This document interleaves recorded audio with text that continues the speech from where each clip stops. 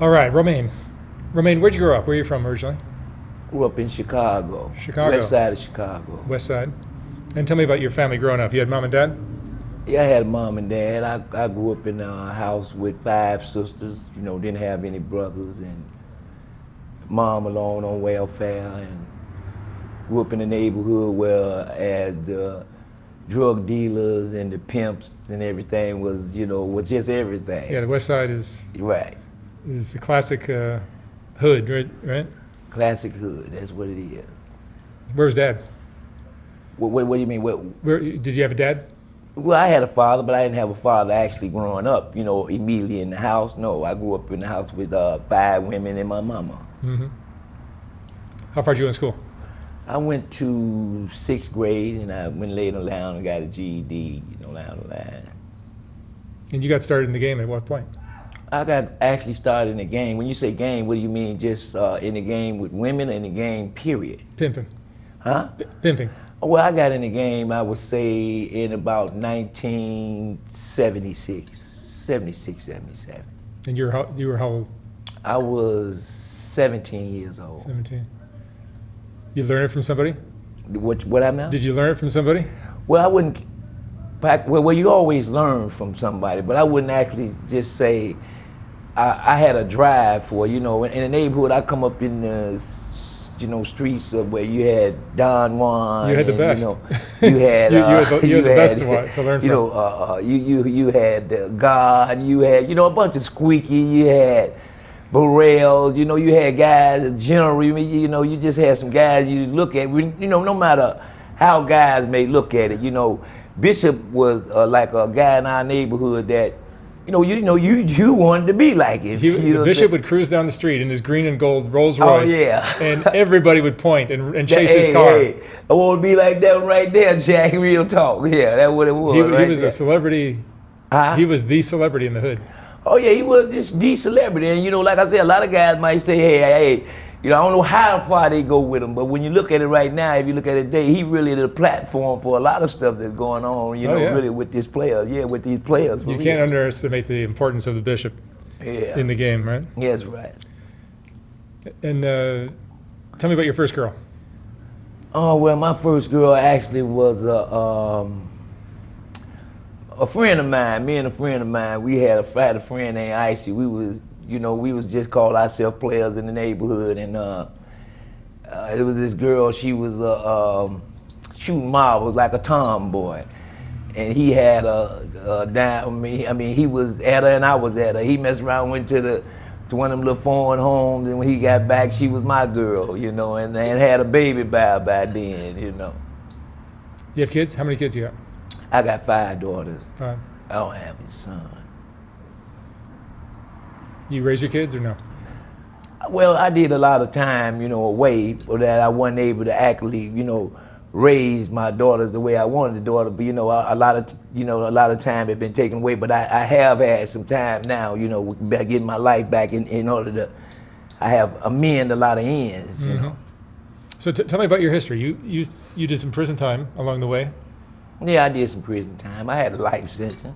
Life sentence. Right, I had a life sentence. What was that for? Pardon? What was that for? Saying some of the, some things, I would just say saying some things I shouldn't have said on the phone.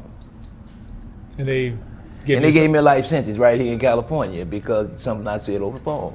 Really? Right. Yeah, the laws are harsh now. Oh, they had 3 strikes law down here, and it doesn't make no difference, I could have had priors all the way back in the 80s. They could use those foreign priors and give you a life sentence in California. So, California is a stiff place. So you can't find out shaky why I'm here today, So you came to California at some point? Pardon? You came to California at some point? I came to California right in 1995. Yeah. And right. got some. And I got a life sentence in 1995. Oh, you wasted no time. Yeah, it was like that. Look. And how many years did you actually do? I actually did 20 years. 20 years. Right. And you got out and came back to Chicago? I came home, went right back to Chicago, that's right. Tell me about how the game has changed over the years. Let me just say, I think the game changed me personally. This ain't got nothing to do with nobody, because I really have never let anybody ran my program or dictated. or question it. But the way I think things have changed. When I left the street, we used to look at guys that had jobs, and I used to say, oh, he's square, oh, they square. Him and his woman, or him and his girlfriend, or him and his wife, oh, they square. Because there was a lot of money out here. So I considered them to be square. But when I came home, I found out that a lot of squares was actually beating the players out. Real talk. I was looking at some players, and even though I never count a player out, because I know a real player is rubber coated. He can bounce back at any time, But it was squares that I thought was squares. These people got $1 million homes.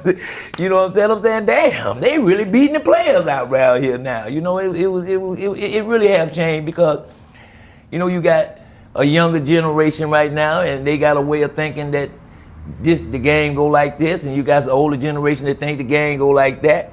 But it's still the same game. It's like baseball. I mean, you get in the batter's box to run on, to hit the ball to go on first base, second base, third base, and come home. That's baseball. That's the way that game go. You don't get in the game of baseball and hit the ball and run back in the stand. You see what I'm saying? So some people done twist it up. You might want to slide on first base. Somebody steals second base. You know what I'm saying? Somebody might steal home plate. Do you think the qualities a man needs to do this is something you're born with, or something you learn? I think actually that it's something that actually grows into you. Because to me, I actually felt that at one time, and I still feel a lot of times today, that next to pimpism is Godism. It's just a big feeling. It's a good feeling.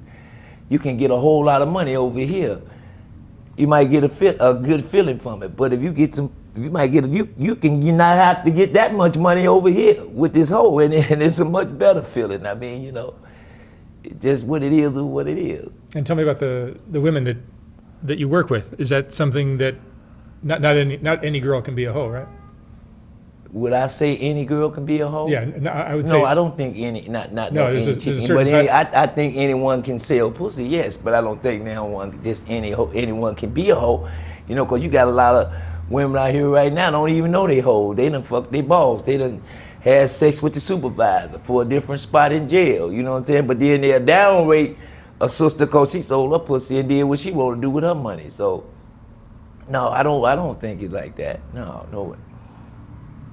And what is your style Well, of being pimp? I mean, some of the reputation of pimps is that they use force and intimidation, or even drugs to get the girls to do what they want. Other guys are charming and seduce the girl. I think everybody play a different kind of game. I don't never question nobody pimping, and I know there's a lot of guys out here say the game go like this. You got another guy wrote a book that said it go like that.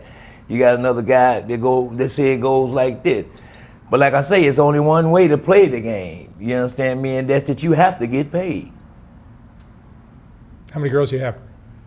Well, right now, I can't even say how many girls I have right now. The reason why I can't say how many girls I have, it's because the law might be watching. Huh? It's because the law might be watching.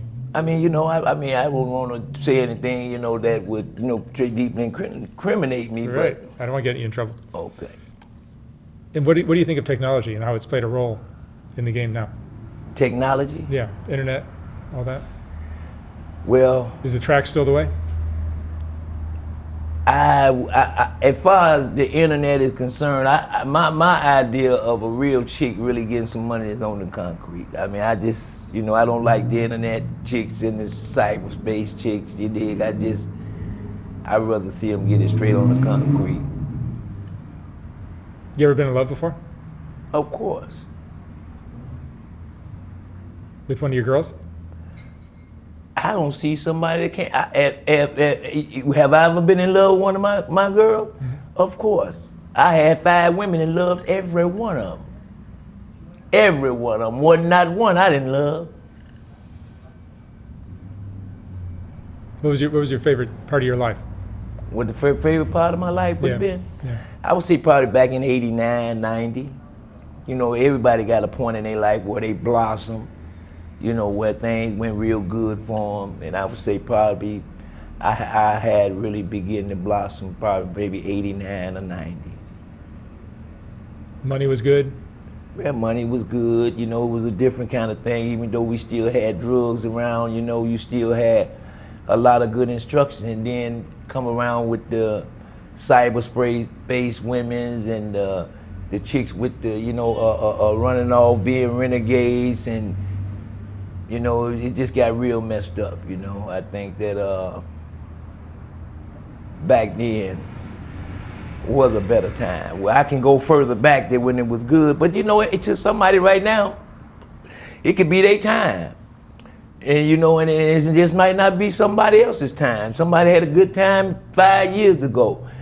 Somebody might have had a bad time 20 years ago and having a good time today. You know, that's why I never count a player out. You know, I never count nobody out.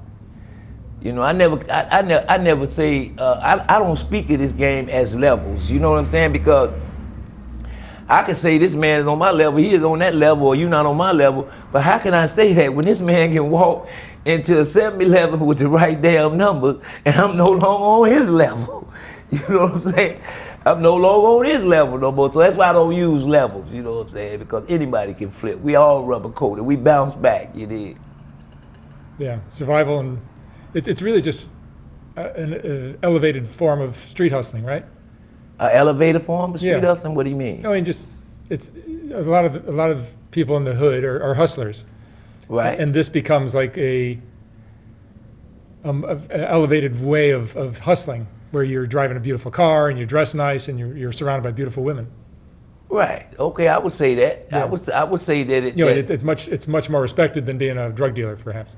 Well, it is, because I think that drug dealers any drug dealer actually, if he is a true drug dealer, I actually think he can outshine a pimp. Is that right? To tell you the truth, yeah, he can very well outshine a pimp. But you know, when you weigh it all down, you know, his problems are bigger than a pimp. You know what I'm saying? I mean, he may have to have his children go to school with protection, or have where, you know, wife can't go to the grocery store. You know what I'm saying? You know, pimp, his problems is bigger. Put it right there. But right now, nowadays, a lot of these guys is giving these guys the game the wrong way, because you know, they telling these guys how good this game can be, but they're not telling them about these football numbers that they can receive behind this game right now. Yeah, that's the problem. They'll tell them how you can do this and tell them how you can do that, but they ain't gonna tell them. They gonna say, hey, you know, you can get a football number behind this thing too. You know what I'm saying? Because there's a lot of people that are taking some hell of a falls right now. You know what I'm saying, man? And these guys, you know, they be some good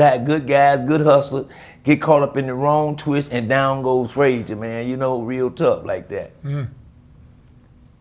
How long do you think you'll be doing it? What you say now? How long you think you'll be in the game? Till you die?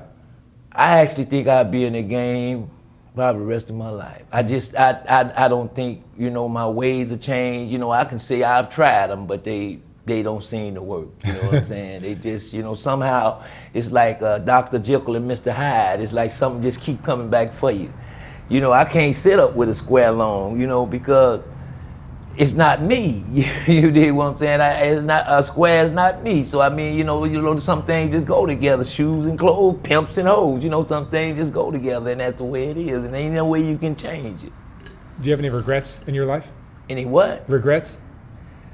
Plenty regrets. I regret the fact that I abandoned the game. Had caused me to abandon my daughters, you know, and I didn't give them the proper attention as a father that I should have given them, you know. But like I say, life is good now, and I'm able to amend a lot of ends, you know, from coming out from under a life sentence. You know, I wanted to lead them something more than just a death ticket and a burial from prison. So now I get a chance to, you know, amend a whole lot of ends with them, and I'm cool with my daughters. I mean, we jam, Jack, for real, you know. That's great. And what would you say is the most important lesson you've learned in your life? What was the what now? The most important thing you've learned in your life? The most important thing I learned in my life would be that you just cannot trust anybody.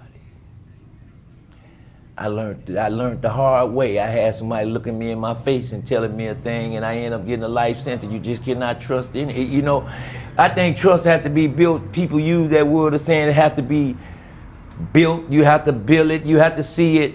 But trust is a big thing in my life. You see what I'm saying? I mean, I'd rather for you to tell me the truth any day. If you got to tell me a damn lie, I'm just done with your ass. I mean, the gig is up right there. You know, as soon as I found out that lie bounced out your ass, the gig is up. Simple as that. I'm not tolerating with no lie, because I'm going to tell the truth. And I'm too truthful. And even when I was in the game, I never told a chick is to go to work and then I got your back.